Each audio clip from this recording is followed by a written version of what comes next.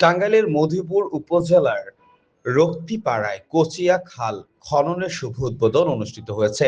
সরকারের ২০২৫ থেকে ২০৩০ মেয়াদী খাল খনন ও পুনঃখনন প্রকল্পের অংশ হিসেবে এই কার্যক্রম বাস্তবায়ন করা হচ্ছে।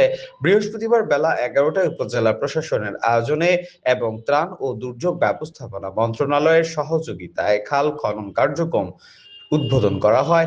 উপজেলা নির্বাহী কর্মকর্তা মোহাম্মদ জুবাইর হোসেনের সভাপতিত্বে অনুষ্ঠিত আলোচনা সভায় জেলা ত্রাণ ও পুনর্বাসন কর্মকর্তা মোহাম্মদ আখতারুজ্জামান, সহকারী কমিশনার নঈম উদ্দিন সহ স্থানীয় রাজনৈতিক ও প্রশাসনিক ব্যক্তিবর্গ উপস্থিত ছিলেন।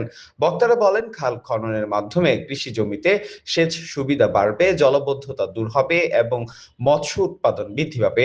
ফলে স্থানীয় কৃষি ও অর্থনীতিতে ইতিবাচক প্রভাব পড়বে। এই কার্যক্রমের মাধ্যমে এলাকার কৃষকদের দীর্ঘদিনের সমস্যা সমাধান হবে বলে আশা প্রকাশ করেন তারা।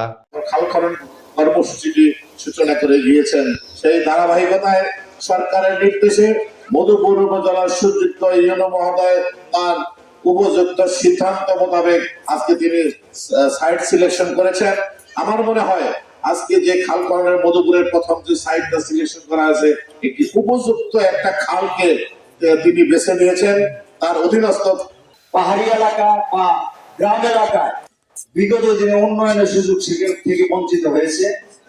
ইনশাআল্লাহ আমরা বর্তমান প্রধানমন্ত্রী এবং আমাদের মাননীয় মন্ত্রী মহোদয়ের মাধ্যমে মধুপুরের যে সমস্ত অসমাপ্ত কাজ আছে, যেগুলো জনকল্যাণমূলক, সেই কাজগুলো অগ্রাধিকার ভিত্তিতে সমাপ্ত করে মধুপুরকে একটা আধুনিক উপজেলা হিসেবে পরিণত করার স্বপ্ন আমাদের রয়েছে। 50% হবে এখানে যে যারা আশেপাশে আছে দৈনিক মজুরি ভিত্তিক যারা করবে তাদের মাধ্যমে, এবং তাদেরকে অবশ্যই আমাদের কাছে তাদের তালিকা ইউনিয়ন পর্যায়ে যারা নেতৃবৃন্দ থেকে শুরু করে আমাদের ইউনিয়ন পরিষদের লোকদের পাঠাবে এবং তারা অবশ্যই লেবার হতে হবে। একটা সমস্যা আমরা বিদ্যমান কোনো একটা কোনো কাজ আমরা পরিচালনা করি, অনেক সময় দেখা যায় দীর্ঘদিন এই কাজগুলো না হওয়ার ফলে আপনার খালের পাশে অনেকের ব্যক্তি জমি আছে।